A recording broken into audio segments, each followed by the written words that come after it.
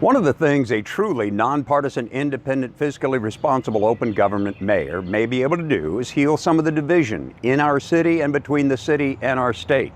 WPLN correspondent Tony Gonzalez asked me about that in our interview the other day. You know, one thing I've heard in a couple of your answers sounds to be a bit of a division between downtown and the remainder of the county. Could you delve into that a little bit? I mean, are there other issues or policies where you're maybe seeing a discrepancy or maybe a gulf between residents in different parts of the county? I mean, it goes back a long ways, all the way back to LP Field and then Music City Center, and then funneling flood money into Ascend Amphitheater instead. Our city has done a very good job of nourishing the Nashville brand. The Nashville brand doesn't need that much nourishment to be effective, and it certainly doesn't need the kind of nourishment that requires the kind of sacrifice that the city has asked of the rest of the county in terms of high taxes.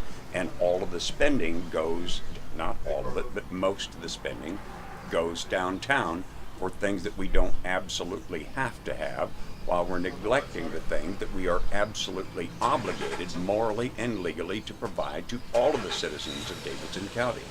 So does that mean a reprioritization? Does it mean It means does it mean some marquee projects out in this, or is this more nuts and bolts? It means we quit subsidizing development, period. We quit using other people's money to subsidize private development. We quit giving away money and tax abatements and land to people who make promises of being able to make Nashville better, but the short term and medium term and probably long term effect is that we lose revenue we should be getting from them. We're giving them money instead of getting money from them in terms of tax revenue, and we just simply can't afford to do that and still afford all the services that all that development and expansion requires of our city.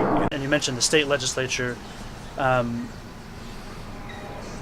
There have been some tensions between city officials and state lawmakers. There's been these instances of preemption or city ordinance and state law. I guess how would you navigate city-state relations? I would demand the city be allowed to do the things the city's responsible for doing, and I would not demand that we interfere with the things the state is responsible for doing.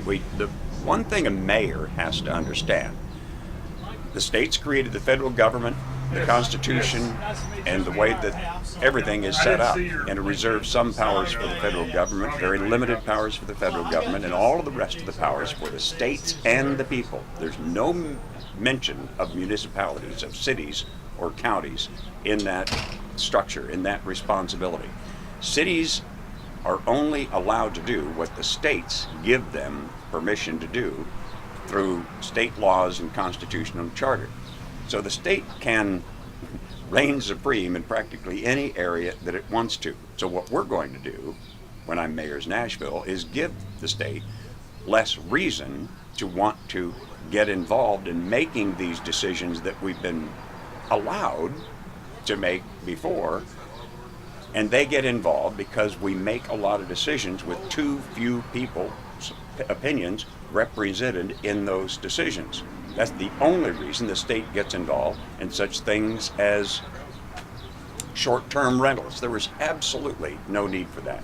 That could have and should have been resolved without any state participation, without any threats or actual court fights, and it wasn't because we just didn't make the effort to hear from everybody and respect everybody and put together a solution that included everybody's best efforts in the beginning. And if we'd done that, if we would do that on every problem, we just simply wouldn't have these kinds of interferences, unnecessary, but certainly legal interferences from the state of Tennessee.